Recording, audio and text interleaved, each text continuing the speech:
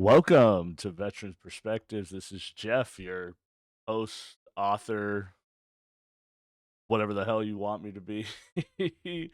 And this is part 3 of 4 of our AI and education series. This one is called The Equity Gap is a Lie: How Banning AI in Education Creates a Digital Underclass. First, a sponsor. It's our Etsy store. Yay. Now, I put my money where my mouth is. I create things in our Etsy store using AI. Oh, inappropriate use of AI. I make templates for educators using AI and how to use AI. I actually just uploaded one this week. It's March 28th when I'm recording this. So the week of March 28th, I created a playbook to use AI in the classroom for students and for teachers, how to use AI to prep and plan, how to teach students how to use AI, including AI prompts to get the best out of whatever AI program you are using. It is in my Etsy store. It is on sale right now. It'll be on sale for the entire month of April, for the rest of March and April 2026. It'll be 20% off. So if you would like to check that out, the link will be down in the description. Did I use AI to make it? Yeah, I did. I used AI to help me make it, to outline it. I wrote the prompts. And then I used AI to help me outline it and create the layout for the playbook. It's actually 2 PDFs. One's a shorter version, kind of more of like a quick guide. And the other one is a longer playbook. I believe it's 28 or 29 pages that breaks down more kind of in depth uses of AI for different subjects, including PE. So there are, I believe there's over 100 prompts to be used for teachers and students between those two playbooks. So I hope you guys check that out and know that I'm not talking about this just because it's the in topic. I'm talking about this because I believe it, because I believe that this is important for us as educators, for us as parents, for us as a community, and for our students, because it is going to prepare them for entering the workforce, for them entering the real world. And it's our responsibility to prepare them for it. All right, let's get started. The equity gap in education, and AI in education in particular, because that's the focus of our conversation. Okay. They claim to care about equity. Okay. Education and the leadership at education and government claim to care about equity, but by denying access to powerful tools, schools are actively disarming the most vulnerable of students. Okay. And this is based off of my blog post on our newsletter, Veteran Perspectives on Substack, okay, which I will link down in the description if you have not read it yet. Okay, please make sure that you pull that up and subscribe. It's free to do so. You can donate, okay, totally up to you, but you have full access to the newsletter for free. If you do subscribe, it definitely helps me out and my family out, but you are not required to in order to access the newsletter, okay?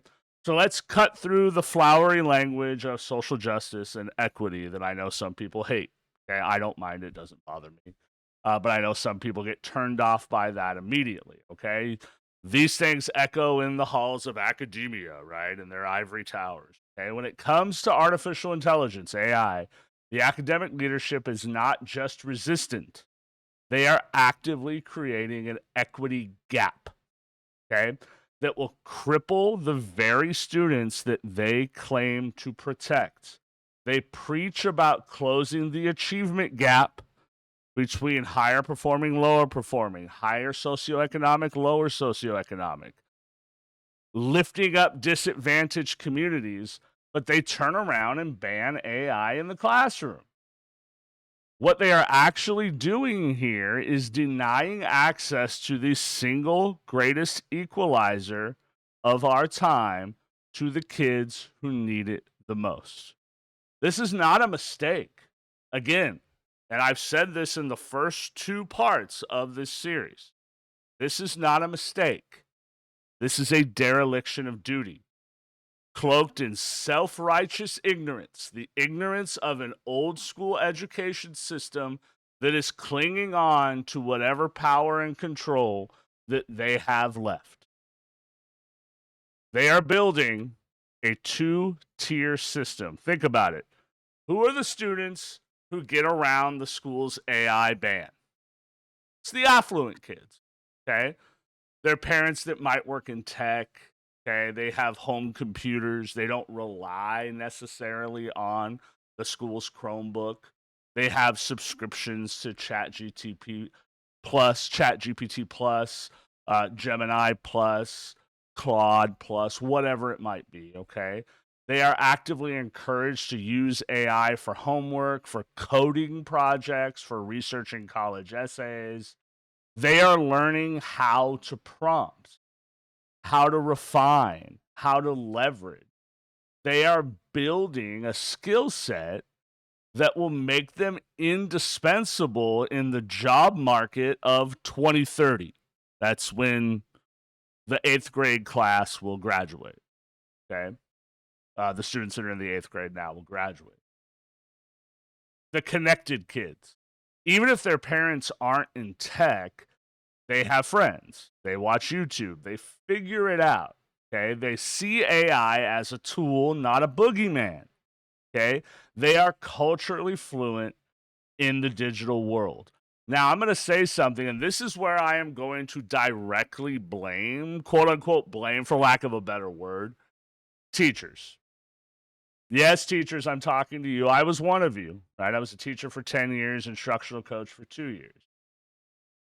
Sometimes teachers, not all of you, because that's generalizing, think students are stupid, that they don't know any better, that they don't know what's out there.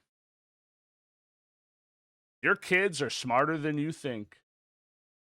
Your kids are more than capable of not just accessing technology, but showing you, the adult, what can be done with it. And then you, the teacher, should look at this. Okay, what can I do to incorporate this into my classroom? But how many of you really step back? How many of you really think with that mindset? My guess is not very many. Because the first thing you think of is, what behaviors is this going to cause? How is this going to make my life more difficult? It's not about us. It's not about us. It's about them. Do they need direction on how to use AI? Yes, absolutely they do. Do they need structure and direction? Yes. Do they need actual advanced curriculum that's engaging and teachers that are bought in to incorporating that AI into that curriculum? Yes, they do. That's our jobs. And we're doing them a disservice by not doing it. Who are the students that would more so be impacted by an AI ban? The disadvantaged kids. These are the kids whose only access to a computer is at school. And as we all know, schools have huge firewalls, and for mostly good reasons, right? We're blocking pornography sites, inappropriate sites, things like that, okay? Their parents might not speak English. There might be a language gap that needs to be bridged, okay? Depending on where you're at, right? That is regionally dependent, okay? Might work multiple jobs or might not even understand how AI works. This is where parents have to be more involved in the school and the school community, but this is where the school and school leadership needs to be more creative in how they're involving parents. Stop having community events at 2 p.m. Stop doing that. Stop it. Enough of that. Have an AI carnival. I don't know what the hell you would call it, right? Twice a month. Twice a quarter. In the evening. That showcases how your students are using AI in their different classrooms. Invite the community. Have food vendors from local food sources come in. Local DJ. That's how you build community. Not 2 p.m. bullshit just to say you planned something to your district. I'm talking directly to you, principals, because you know you do that shit. Because I've seen you do it. When the school blocks AI, it blocks these kids from a more sustainable future. The struggling kids. Students with learning disabilities, certainly, but also those kids who are more aloof, right? That you know have it, but they're like, oh, I don't care. Y'all know the type, right? Y'all know the type. And some parents out there going, oh, shit, that's my kid, right? The ones who get overwhelmed by a blank page, right? The ones who need a concept explained 7 different ways. AI can be a personalized tutor for them. And teachers, I'm sorry to say this to you, but AI can explain it 7 different ways a lot faster than you can. And that's not saying that AI is going to replace you as a teacher. That's saying that you as the teacher can personalize the AI for that student. And it can't do it without you. Stop fearing the AI. Use the AI to build up your students. AI is tireless. It's non-judgmental. It can rephrase. It can summarize. It could create interactive lessons. Or at least the outline of those lessons at a bare minimum. By banning it, schools are taking away their most effective support system. Okay? The result is clear. A digital underclass intentionally created by the very institutions claiming to champion equity. Banning AI creates a digital underclass created by schools, districts, boards of education, state departments of education. Does AI need to be monitored? Yes, of course. I never said it didn't need to be.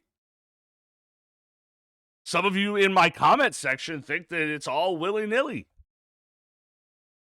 Or think that I'm just blaming parents because you listened to 2 seconds and judged the entire video. Stop doing that. Watch the whole thing. It gives me watch time, first of all. But second, stop doing that. Because the next part, the lie of critical thinking, first off, if you do that, you're showing a lack of critical thinking. But the official line from administrators in terms of AI is often, we need students to develop critical thinking skills, not rely on machines. That's old thinking. Remember that old thing? And I've said this before.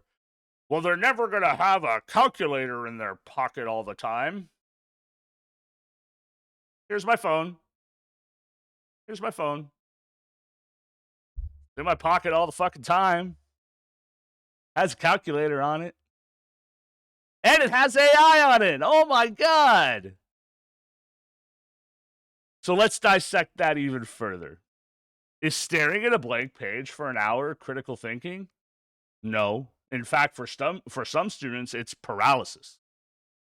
Okay. Is rote memorization of dates and facts critical thinking? No, it's recall. That's basics. Step 1. Is it important? Yes.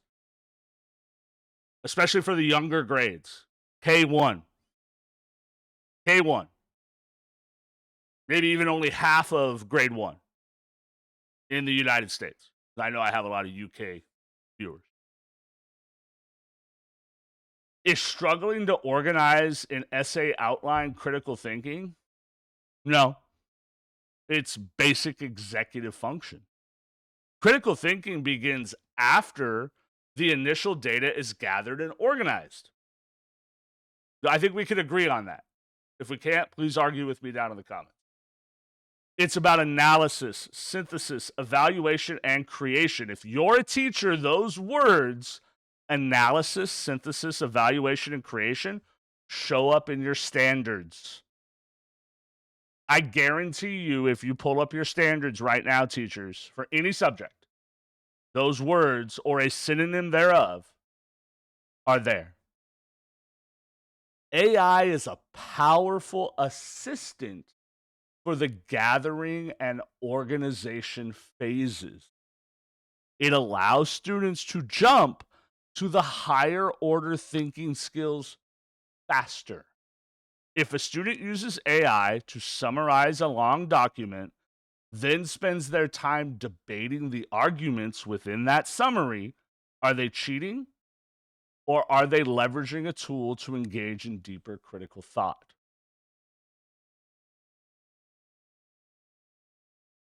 Think about that.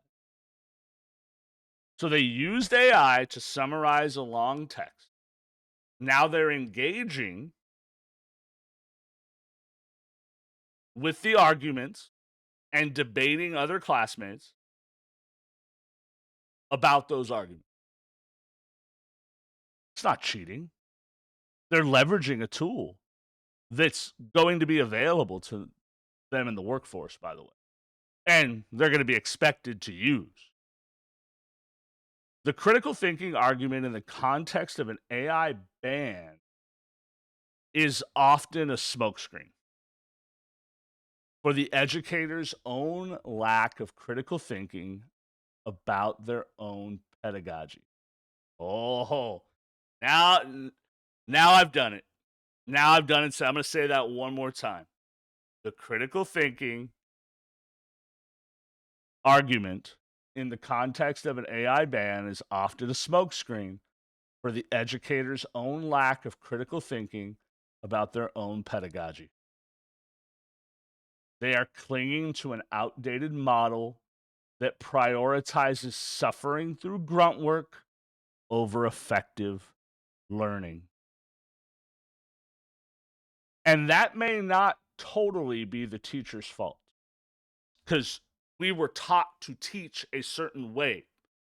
And a lot of teachers who have been in the game for a long time have a hard time letting go. And if you disagree with me on that, you're wrong. I've seen it. I've sat in those professional developments where we are trying to implement new district-wide strategies. And it is the teachers who have been doing it for a long time that are the hardest to break. Well, we've always done it that way. Well, this is the way I've always done it, and it's worked. Has it? Because reading and math scores are low. Lowest they've ever been. So it's not working anymore. And I'm sorry to say that out loud, but y'all need to hear it. The teach a man to fish paradox. We teach kids to read books. Do we ban spell check? No. Do we ban grammar checkers? No. Because those tools help them communicate more effectively. We teach kids math. Do we ban calculators? No. Not outright. Right? Some math programs have kids do certain math operations without a calculator before they introduce the calculator, but they don't ban them. Why is AI different? Is it because it feels too powerful? Because it feels like it's doing the thinking for them? Who has to type in the prompt? Who has to give the AI the function before it gives the response? It's just like a calculator. just like a spell check or a grammar check. In fact, I would argue you have to check the AI more than those other things because the AI isn't always right. But the real lesson isn't about doing the thinking, it's about directing the thinking. The future belongs to the prompt engineers, the individuals who know how to ask the AI the right question, how to refine the output, how to discern truth from AI hallucination. That's when the AI spits out information that is incorrect.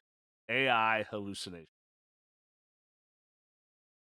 If we don't teach all students these skills, not just how to use AI, but how to prompt engineer, ask the right questions, refine the output, find the outliers, fix the outliers.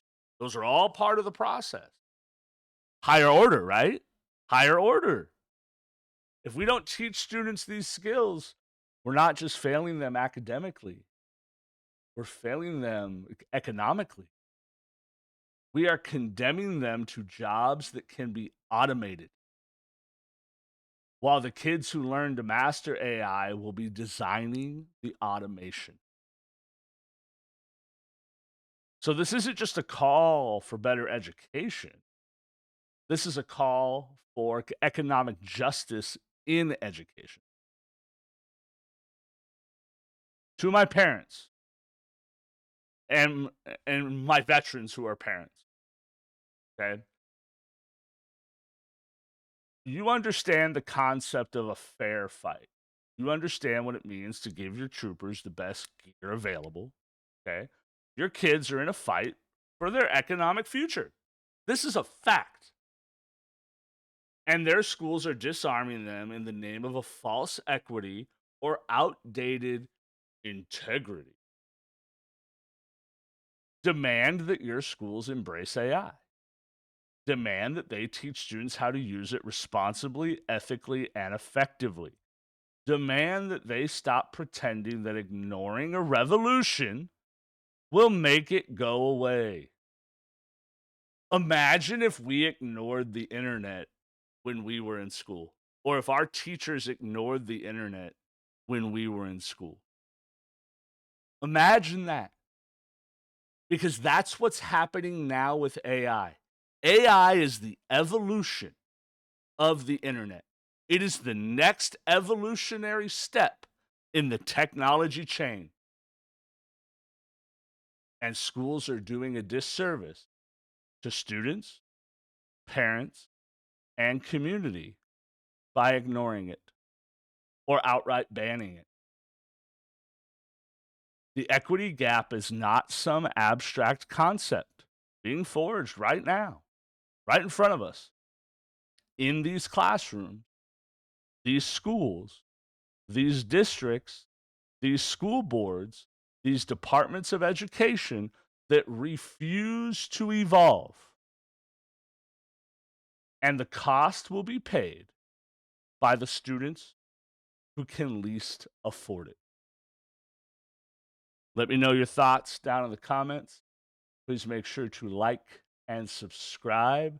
Make sure you guys check out the Etsy store down below and the Substack. They'll both be linked down in the description. Thank you so much for watching and listening, and I will see you guys next time on Veterans Perspective. Thanks.